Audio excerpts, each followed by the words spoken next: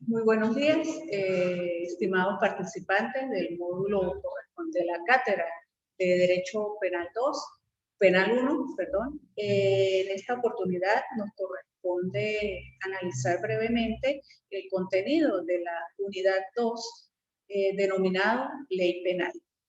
La ley penal se define como la manifestación de la voluntad colectiva expresada por los órganos competentes, mediante la cual se tipifican ciertos actos como delitos, se establecen las sanciones penales aplicables a dichos actos. Entre las características de la ley penal podemos señalar que es exclusiva, la única fuente propia y verdadera del derecho penal. No hay más delitos que los prescritos en la ley penal. Es liberal, es decir, consagra la garantía de la libertad. Solo entra en juego esta garantía cuando una persona comete un acto punible, es decir, un acto previsto en la ley penal como un delito. Es obligatoria por cuanto solamente puede ser derogada por otra ley penal.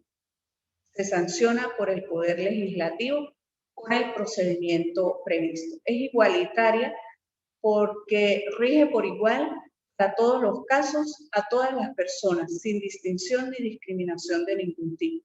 Es constitucional porque para que sea plenamente válida debe adaptarse plenamente en fondo y forma a la Constitución Nacional. De conformidad con su naturaleza, la ley penal puede clasificarse en ley penal fundamental o por excelencia, que es el Código Penal vigente en Venezuela desde 1926, con una última reforma realizada en abril del año 2005. Este Código Penal, en cuanto a ley penal fundamental o por excelencia en Venezuela, está compuesto por 3 libros. El primero, que contiene las disposiciones generales, define qué son delitos, qué son faltas, qué son y cuáles son las penas, y define cuáles son las personas responsables. En segundo lugar, el segundo libro es el que contiene tipificados los delitos, y en el tercer libro se encuentran tipificadas las faltas. También dentro de la clasificación de la ley penal tenemos las leyes penales especiales, que en sentido propio son de carácter punitivo, dictadas con la finalidad de tipificar como delitos ciertos actos y establecer penas aplicables. Por ejemplo, el Código de Justicia Militar. Esto en sentido propio. Ahora, en sentido impropio, las leyes penales especiales son aquellas que no se han dictado con la finalidad fundamental de tipificar un acto como delito, de establecer sanciones. La finalidad esencial de estas leyes es de otro orden, puede ser administrativo, civil, mercantil, y se tipifican delitos en estas leyes con la finalidad de asegurar mediante sanciones penales el cumplimiento de ciertas disposiciones. También se clasifican las leyes penales según el modo en que se determinan las sanciones penales. Tenemos pues leyes penales absolutamente determinadas, que tipifican ciertos delitos o ciertos actos como delitos y establecen las clases de penas que les corresponden: presidio, prisión o arresto. En esta leyes penales absolutas, la pena es invariable y absoluta. Si el delito establece una pena de 20 años, esa es la pena, ni se disminuye ni se aumenta, se aplica los 20 años. La ley penal relativamente determinada, las leyes penales relativamente determinadas, son las que tipifican también Ciertos actos como delictivos establecen también las clases de penas de presidio, prisión y arresto, pero en lo que toca a la cuantía de la pena, a la cuantía de la sanción, es decir, a la pena que se ha de imponer, no la establecen de manera inflexible e invariable, sino que por el contrario se fija un límite máximo y un límite mínimo, dentro de los cuales debe oscilar la pena, tomando en consideración las atenuantes o agravantes que concurran con el hecho punible. También existen las leyes penales indeterminadas, que son aquellas que establecen ciertos actos como delitos, no establecen ni la especie ni la cuantía de ninguna pena, dejan que sea el juez quien imponga y aplique la pena, violando con esto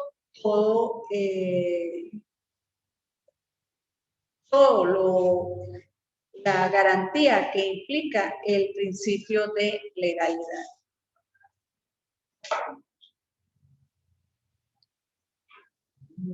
En este principio de legalidad, para ir uniendo los puntos, es lo que se denomina principio de reserva o principio de positividad. Se encuentra condensado en el enunciado nullum crimen, nulla pena sine lege, que significa no hay delito ni pena sin ley previa en la cual se tipifiquen ciertos actos como delitos y se indiquen las penas aplicables a las personas que los perpetran. Este principio se encuentra previsto en el artículo 1 del Código Penal, que textualmente establece que nadie podrá ser castigado por un hecho que no estuviere expresamente previsto como punible por la ley, ni con penas que ella no hubiere establecido previamente. Los hechos punibles se dividen en delitos y faltas. Este principio se desarrolla entonces en dos garantías. Una garantía criminal, según la cual los únicos que pueden ser considerados como delitos son los hechos o actos previstos en la ley penal como tales. Y una garantía penal, según la cual no se aplicará sanción prevista en la ley penal para otro acto determinado. Es decir, la sanción prevista para el delito de homicidio se aplica al delito de homicidio. No podemos aplicar la sanción prevista en el delito de homicidio a una falta cometida por haber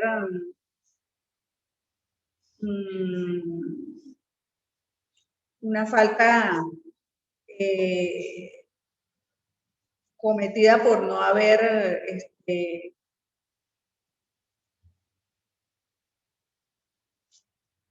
un momento.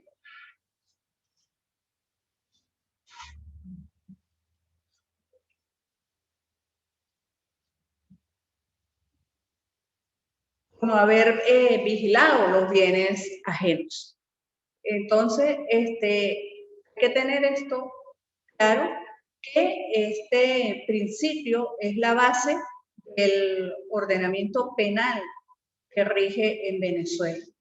En cuanto a las consecuencias jurídicas de la ley penal, tenemos que la ley penal, cosa de exclusividad, es la única fuente propia y verdadera del derecho penal. Otra consecuencia jurídica es la exclusión, eliminación y prescripción de la analogía del campo penal. Es decir, la analogía no se aplica en el campo penal, no juega ningún papel en materia penal. Y por último, tenemos la irretroactividad de la ley penal. Es decir, la ley penal no está dotada de efecto retroactivo. Es decir, no se puede aplicar los actos anteriores a su entrada en vigencia, salvo o con la excepción de que se trate de una ley que favorezca al reo. Perdón. El otro aspecto a analizar es el de la interpretación de la ley penal. Interpretación significa indagar. ¿Indagar qué? Indagar el verdadero sentido y alcance de una ley para aplicarla al caso concreto de la vida real. Es una operación lógico-jurídica, cuya finalidad es establecer el sentido, significado y alcance de las disposiciones generales abstractas de las leyes penales, para permitir la aplicación de las mismas a los casos particulares y concretos que en materia penal plantee la realidad.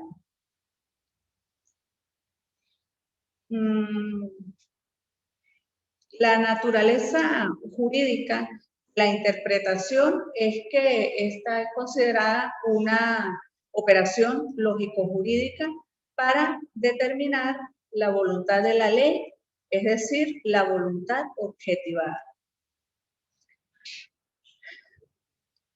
En cuanto a la interpretación de la ley, podemos decir que esta se clasifica en 3 tipos. Según el intérprete, según el medio empleado y según los resultados alcanzados. Según el intérprete, puede ser auténtica o legislativa. Es la realizada por el mismo órgano del poder público que la ha dictado. Es auténtica, contextual y simultánea. Es decir, es aquella que se da cuando en el mismo texto legal están contenidas las normas interpretadas y las normas interpretativas, es decir, las que interpretan a esas normas. Por ejemplo, el artículo 77 del Código Penal establece como circunstancia agravante el ejecutar el delito o el hecho punible con alevosía. Y ahí mismo, en ese mismo artículo, explica el significado del término alevosía. También, según el intérprete, la interpretación puede ser auténtica o legislativa posterior, que se da tras haberse dictaminado la ley penal y surgen inconvenientes de interpretación y aplicación por cuanto dicha ley ha sido redactada de manera oscura, no comprensible, y entonces el mismo poder que la dictó dicta una nueva ley para aclarar las disposiciones de la anterior ley. Dentro de la clasificación, según el intérprete, también existe la interpretación judicial o jurisprudencial o forense, que es la que realizan los jueces competentes cuando aplican las disposiciones generales y abstractas de la ley a los casos particulares y concretos que plantea la realidad. Ahora, según el medio empleado para realizar la interpretación, puede ser gramatical o teleológica. Es gramatical cuando se encarga de establecer o lo hace estableciendo el sentido y alcance mediante el examen del significado propio de las palabras que componen el texto legal. Y es teleológica o finalista cuando se remonta a la realidad para la cual fue dictada la ley, la razón que tuvo el legislador para dictar una disposición legal determinada y así poder interpretar o comprender el sentido que tuvo dicha ley en el momento en que fue generada y cómo puede ser aplicada o no en el momento actual. Según los resultados alcanzados de la interpretación, puede subclasificarse en declarativa, extensiva restrictiva y progresiva. Es declarativa cuando hay una total conformidad entre el texto legal y la voluntad de la ley. Es extensiva cuando busca extender el significado de las palabras que integran el texto legal a la voluntad legislativa y así ponerlas, lograr que estén de acuerdo. Es restrictiva cuando el texto legal expresa más de lo que pretendió expresar la voluntad legislativa. En este caso, pues hay que restringir el significado de las palabras. Y es progresiva cuando tiene como finalidad trazar una línea de contacto entre el momento en que entró en vigencia determinada ley y el presente. Por último, tenemos la interpretación doctrinal científica, que es la realizada por los maestros o estudiosos del derecho, por los juristas especializados en materia penal. En cuanto a los elementos de la interpretación de la ley penal, tenemos que son 6, la ratio legis, el elemento histórico, el elemento sistemático, el elemento comparativo extranjero y el elemento extrajurídico. La ratio legis o razón de ley es el motivo que ha tenido el Poder Legislativo para poner en vigencia una disposición determinada. El elemento histórico son las leyes, se entiende como partiendo del hecho de que las leyes no nacen por generación espontánea, sino que hay un proceso de que se siente la necesidad de dictar disposiciones legales en una materia determinada hasta que la ley entra en vigencia definitivamente. Este proceso implica pues la necesidad de regular ciertos campos. Ante esta necesidad se redacta un anteproyecto o un proyecto, se hace su exposición de motivos, se hace llegar a las cámaras legislativas, estas a su vez la remiten a las comisiones de dichas cámaras encargadas de estudiar y analizar y redactar la ley. Y por último, se procede a la discusión de los proyectos, aprobada o no donde se decidirá si se aprueba o no se aprueba el proyecto. En caso de que se apruebe, pues dicha ley entraría en vigencia en el lapso establecido, y en caso de que no se apruebe, dicha ley sería remitida nuevamente a las comisiones para su análisis nuevamente, nueva redacción o para agregarle las modificaciones que se le hayan sugerido. El otro elemento de la interpretación de la ley penal es el elemento sistemático, pues como bien sabemos, en toda ley existe un sistema.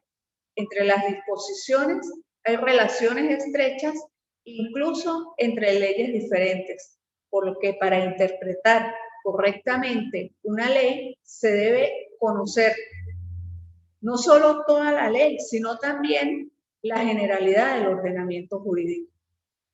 El cuarto elemento es el elemento comparativo extranjero, es decir, aquel que se aplica cuando se escoge una ley extranjera teóricamente más perfecta y se copia o se adapta a la realidad de un determinado país. El elemento extrapenal es aquel que surge cuando se trata de términos que corresponden a otra disciplina jurídica. Por ejemplo, en materia penal tomamos el cheque, fraude por cheque. Y entonces tenemos que el cheque pertenece como figura o institución jurídica al derecho mercantil. Y para entender lo que significa un cheque, sus características, sus elementos y sus consecuencias, y las consecuencias de emitir o no emitir un cheque, que este tenga o no tenga fondos, hay que acudir a la legislación mercantil. En cuanto al elemento extranjero, este se da cuando en la redacción de una disposición penal un término o concepto, no pertenece a ninguna disciplina jurídica, sino a otra ciencia o técnica no jurídica. Por ejemplo, en materia penal, cuando se trata de un hecho en el que se alega insuficiencia mental o enfermedad mental, para saber lo que significa, cuáles son las características que determinan que una persona efectivamente sufre de una enfermedad mental, hay que acudir a la ciencia que la estudia y que la analiza y que la trata, que es la psiquiatría o la psicología. También es uno de los aspectos correspondientes a la unidad 2 de Derecho Penal 1 de la Ley Penal es lo que se denomina concurso aparente de leyes penales o concurso de normas. Esto se da cuando de un mismo supuesto de hecho constitutivo de una infracción se ocupan dos o más preceptos jurídicos. Y aparentemente ambos preceptos son aplicables, aunque solo uno lo es realmente. Existen reglas para saber cuál es el precepto que desplaza a los otros. A tal efecto, el artículo 8 de nuestro Código Penal establece la especialidad, la subsidiariedad expresa o tácita y la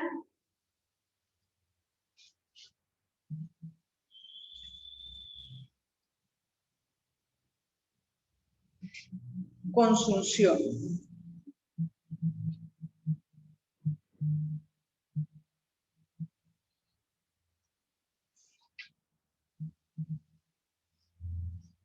Las penas establece nuestro código en su artículo 8 que se dividen principalmente en corporales y no corporales.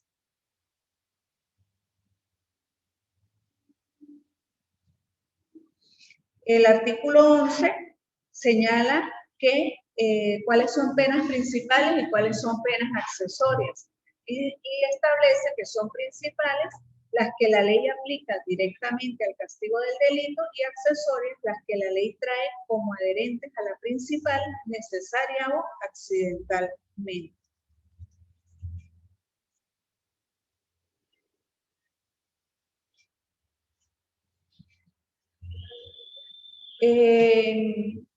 Esto, cuando se da este concurso aparente, entra en juego la especialidad, la subsidiariedad, la consideración de si se trata de una norma expresa o una norma que remite de forma tácita a la aplicación de otra norma, la consunción y la subsidiariedad impropia o la alternabilidad de normas. Esto se estudiará a profundidad en el material de apoyo adjunto al módulo 2. En cuanto a la validez temporal de la ley penal, debemos afirmar que las leyes penales están limitadas en cuanto a su eficacia por el factor temporal. Es decir, las leyes se mantienen vigentes hasta tanto sean derogadas y esto genera lo que se ha denominado la sucesión de leyes. A una ley derogada le sucede una ley que la deroga. Tiene que tenerse presente esto por cuanto existen no muchas leyes que derogan otras, sino actualmente se han generado reformas a leyes que derogan artículos y hay que tener presente que la inaplicación pues, de esos artículos que han sido derogados. En cuanto a la validez espacial de la ley penal, tenemos que tiene que ver con su aplicación en determinado territorio o espacio geográfico. Es decir, tiene límites derivados de su territorialidad. Su validez está limitada a un territorio específico. Al respecto, existen lo que se ha denominado principios espaciales. Está el principio de la territorialidad, el de la personalidad o nacionalidad, el real o de defensa, el de la universalidad y el de la universalidad o justicia mundial.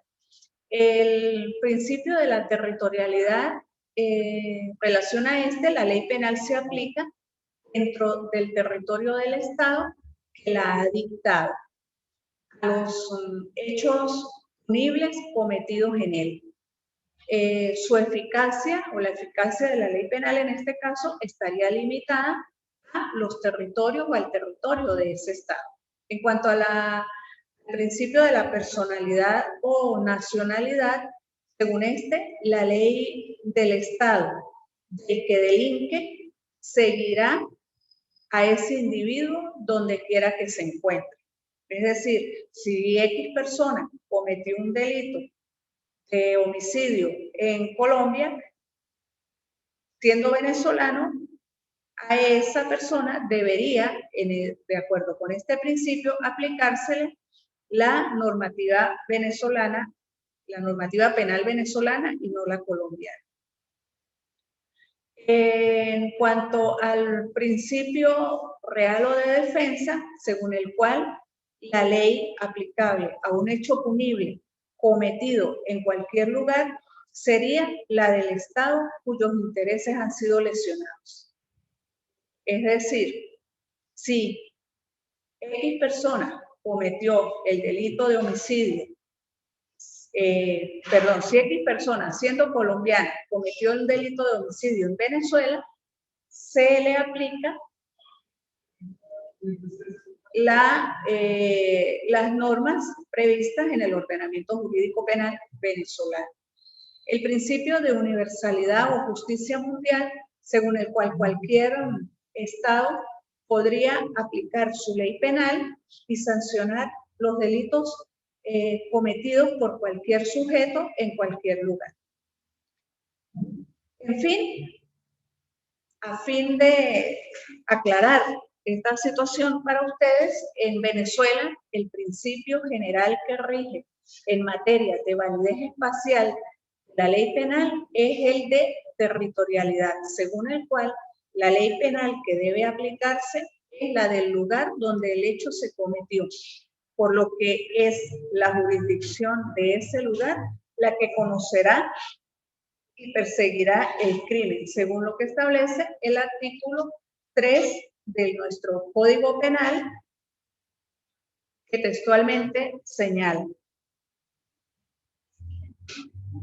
todo el que cometa un delito o una falta en el espacio geográfico de la República será penado con arreglo a la ley venezolana. Este es el principio que rige en Venezuela. También relacionado con este principio se encuentra la extradición, la figura de la extradición. Este es el acto por medio del cual un Estado entrega a un individuo que otro Estado solicita a objeto de juzgar. En Venezuela está previsto en el artículo 6 del Código Penal, que señala que la extradición de un venezolano no podrá concederse por ningún motivo, pero deberá ser enjuiciado en Venezuela a solicitud de parte agraviada o del Ministerio Público si el delito que se le imputa mereciere pena por la ley venezolana. La extradición de un extranjero no podrá tampoco concederse por delitos políticos ni por infracciones conexas con estos delitos, ni por ningún hecho que no esté calificado de delito por la ley venezolana. La extradición de un extranjero por delitos comunes no podrá acordarse sino por la autoridad competente de conformidad con los trámites y requisitos establecidos al efecto por los tratados internacionales suscritos por Venezuela y que estén en vigor, y a falta de esto por las leyes venezolanas. No se acordará la extradición de un extranjero acusado de un delito que tenga asignada en la legislación del país requiriente la pena de muerte o una pena perpetua. En todo caso, hecha la solicitud, toca al Ejecutivo Nacional según el mérito de los comprobantes que se acompañan, resolver sobre la detención preventiva del extranjero antes de pasar el asunto al Tribunal Supremo de Justicia. De manera pues que la extradición comprende un procedimiento específico o unos procedimientos específicos que se encuentran también desarrollados ampliamente en la guía adjunta del módulo 3.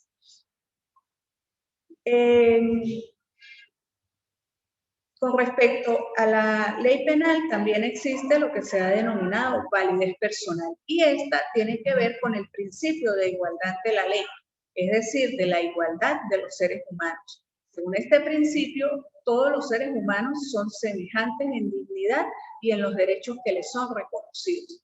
A nadie le puede ser negada su dignidad y los derechos inherentes a la persona bajo ningún motivo, pero sí le puede ser restringida su libertad si ha hecho mal empleo de la misma. Esto es, si comete un hecho definido legalmente como delito y que acarrea sanciones sensibles o penales. Las excepciones al principio de igualdad ante la ley son aquellas aplicadas a ciertos individuos que no podría aplicárseles la ley penal por una determinada condición personal. ¿Cómo ocurre con los parlamentarios o los integrantes del Poder Legislativo quienes gozan de inmunidad parlamentaria? La inviolabilidad de los diputados o parlamentarios y de los presidentes o jefes de estados extranjeros es la inviolabilidad parlamentaria establecida en el artículo 199 constitucional, según la cual los miembros del Poder Legislativo no podrán ser objeto de sanciones penales ni de procedimientos penales con ocasión a actuaciones relacionadas con su función como miembros del Poder Legislativo. Ahora, si cometen un hecho delictivo de carácter común, por ejemplo, un homicidio, sí debe ser sancionado, y procesado y sancionado a través de la legislación penal. Existen también las llamadas inmunidades y prerrogativas, según las cuales la persona que goza de las mismas debe responder ante la ley penal, solo que para la exigencia de dicha responsabilidad se imponen ciertos procedimientos especiales, como ocurre, por ejemplo, con el caso del defensor del pueblo. Esto se encuentra previsto en los artículos 200 y 280 más o menos.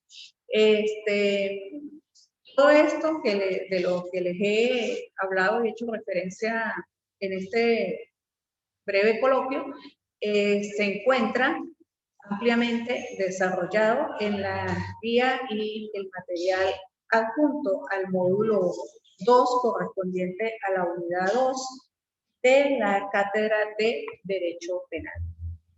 Es todo con respecto a este módulo.